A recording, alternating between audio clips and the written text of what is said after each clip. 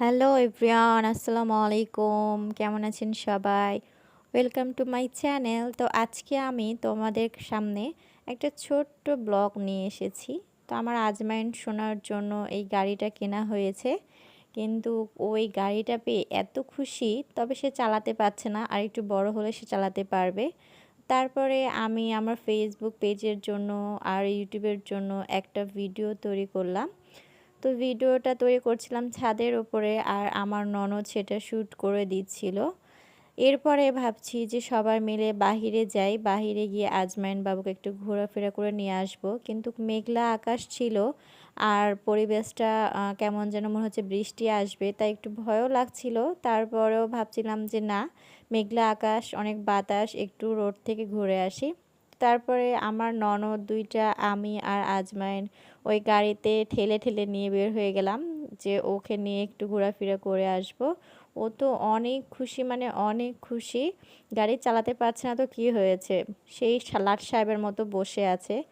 তো এই পাশে আমরা অলরেডি চলে এসেছি মেন রোডের কাছে।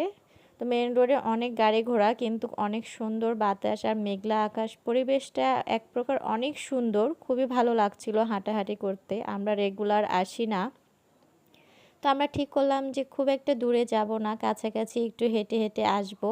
দেখেন আকাশটা দেখতে এত সুন্দর লাগছে, মানে অসাধারণ একটা পরিবেশ। এরকম পরিবেশ নর্মালি এই গরমের সময় খুব কমই হয়। দেখেন এটা হলো রোড, তালাইমারি থেকে কাটাখালী যাওয়ার রাস্তা। আমাদের রাজশাহী শহরে রোডটা নতুন করেছে, বেশি দিন হয়নি, কিন্তু অনেক সুন্দর একটা রোড। রাতের বেলা দেখতে আরও সুন্দর লাগে। তো এরপরে আমি কিছু ফুলের শ্যুট করছিলাম, রেনু ফুল ফুটেছিল, আর হালকা বাতাসে ফুলটা হালকা হালকা মৃদু দুলছিল। আমার খুবই ভালো লাগে ফুলের ভিডিও করতে বা ফুলের পিকচার তুলতে। আমি মাঝে মাঝেই ইউনিভার্সিটির ভিতরে আমি আমার ননদ আমরা যাই ফুলের ছবি তুলতে। তো এই পর্যায়ে আমাদের ঘোরাফেরা শেষ, তো ভাবছি যে চলে যাই বাসায়, কারণ যে কোনো সময় বৃষ্টি আসতে পারে। আজমান বাবু অনেক হ্যাপি হয়ে গেছে একটু ঘোরাফেরা করার জন্য। তো আমরাও রওনা দিলাম বাসার উদ্দেশ্যে। বাসাতে আসা মাত্রই সেই ঝমঝমে বৃষ্টি শুরু হয়ে গেছে, অনেক জোরে বৃষ্টি হচ্ছে, যেটা বলার মতো না। আবার পরিবেশটা অনেক ঠান্ডা হয়ে গেছে। সকাল থেকে এত গরম ছিল, এই বৃষ্টিটা হওয়া খুবই দরকার ছিল। কয়েকদিন বৃষ্টিতে সবাই বিরক্ত হয়ে গিয়েছিল, কিন্তু যখন বৃষ্টিটা বন্ধ হলো তখন আবার অনেক গরম লাগছিল। তো আমার ননদ ভাবছে যে তাহলে আমরা সকালবেলা বন কাঁঠাল নিয়ে এসেছি, তো বন কাঁঠালটা মরিচ দিয়ে এবং লবণ দিয়ে মাখিয়ে খাই। তো আমি সেগুলো ছিলছিলাম এবং মাখানোর জন্য রেডি করছিলাম।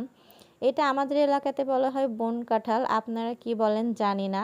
তো এটা আমরা মাখবো, মেখে আমার শাশুড়ি, আমার দুইটা ননদ, আমরা সবাই খাবো।